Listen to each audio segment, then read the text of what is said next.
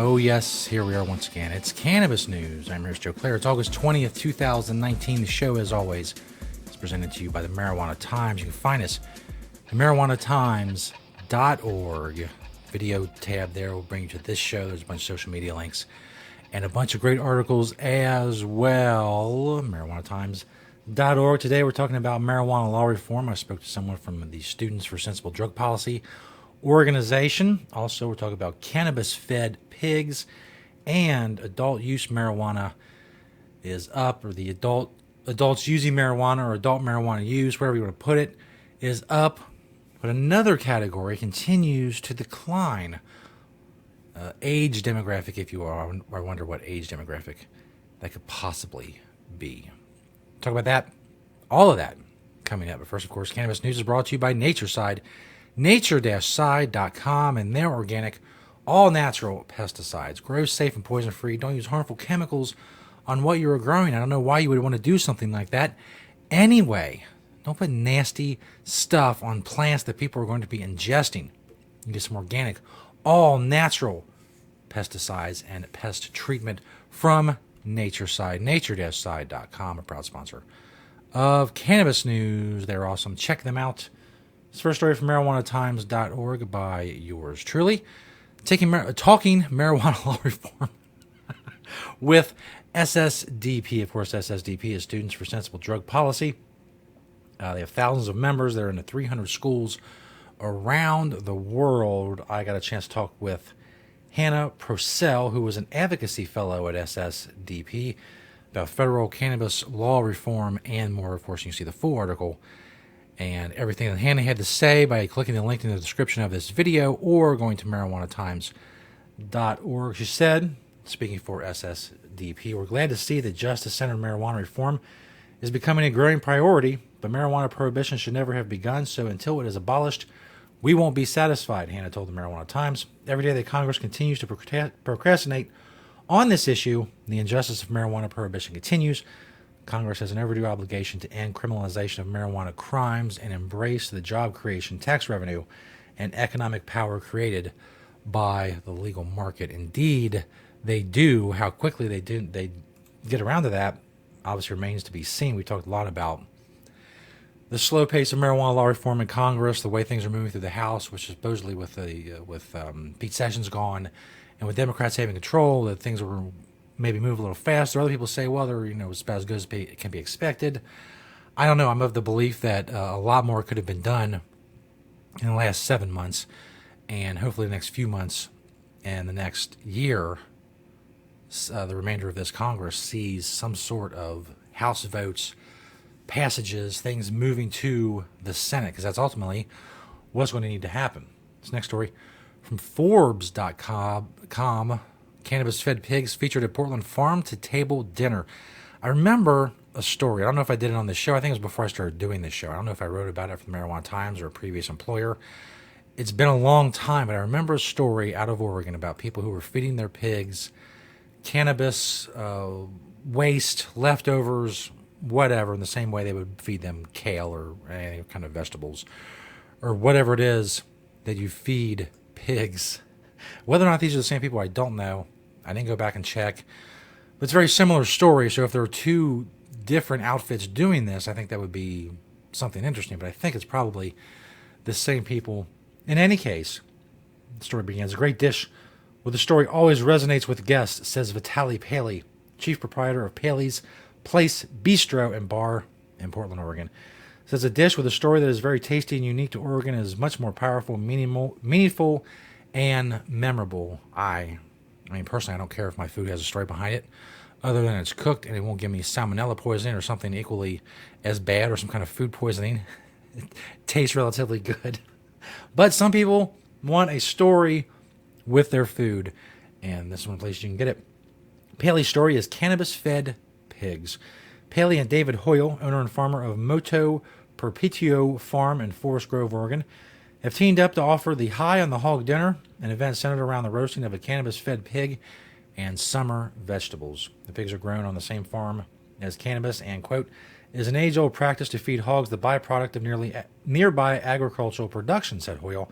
The animals were already receiving a portion of their diet from fruits and vegetables, of the produce operation. Of course, cannabis cultivation generates a byproduct, mostly in the form of leaf from pruning and post-harvest. We saw the potential for this material to become a supplement feedstock for the pigs. Hoyle said, no, eating the pigs will not get you high. Pigs have a very similar endocannabinoid system to humans. Hoyle said that means that what minimal THC that exists in the feedstock would have to be heated and decarboxylated in order to be psychoactive. So no, you will not get high from the cannabis-fed pigs. But I mean, generally, every product that I know of that comes from pigs tastes relatively good. So, I would imagine that it's going to be much more of the same. I don't know how much effect eating cannabis leaves is going to have. I mean, I guess it has, it's the same as any other, as I said, produce or vegetable or fruit byproduct has the same sort of effect. I did read, and I think there was some in that story too as well, if you go further down in it. But I remember the original story many years ago, they talked about that it seemed to make the pigs also a little calmer, when they were chilling, doing their pig stuff in their pens. Then they seemed a little calmer than they did before. Maybe that was just their imagination. I don't know. Maybe in 50 years, that'll be the big thing, is feeding cannabis byproducts and calming down your pigs. I have no idea. I'm not good at future forecasting in general. But, that would be cool. That's fine. I would endorse that eventuality. Yes. This last story is from ShepherdExpress.com. Adult marijuana use soaring, youth use falling. Yes, that's right. Ladies and gentlemen, I know this is something we've talked about many times before, and I will continue to beat the drum. Whenever there's more data, another survey, whatever it is, I'm going to talk about it. Because all we heard leading up to legalization is one of the main talking points of prohibitionists was that legalization would lead to more access for teens, youth use would go up, and every single piece of data, every single survey that we have seen in the last 5 years, if I'm wrong about one, please send me the link in the comments of this video. Every single piece of evidence shows that youth use is either staying the same or going down nationwide and in the states where legalization has taken place. And this continues today. Now, those over the age of 12, overall, youth use is up, rather. In 2002, 10.7% of people in the same demographic group used marijuana in the past year. Now it's 14.5%. That is a 35% increase in 15 years. That's not surprising. That adults are using more marijuana, that was happening and would have continued to happen under prohibition. And with legalization happening in various states and big chunks of the country, that's just going to accelerate that process. Obviously, the states where cannabis is legal have the highest rates. Oregon is leading with 26.5% of its population using marijuana in the past year. They're followed by Washington, D.C. and Colorado. Utah is the state with the lowest period reported rate of use, but even there, a little over 10% of the population consume pot at least somewhat regularly. The national survey highlights the massive differences between the age groups. This, of course, being the National Survey on the Drug Use and Health, the annual study that we all hear so much about and we talk about every year here, as many people do. Americans ages between 18 and 15 are by far the largest clientele of marijuana.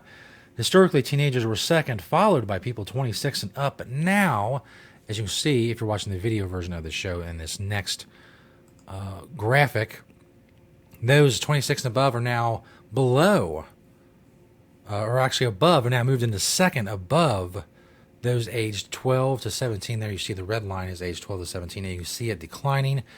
Age 26 and up going up, of course, as are 18 to 25.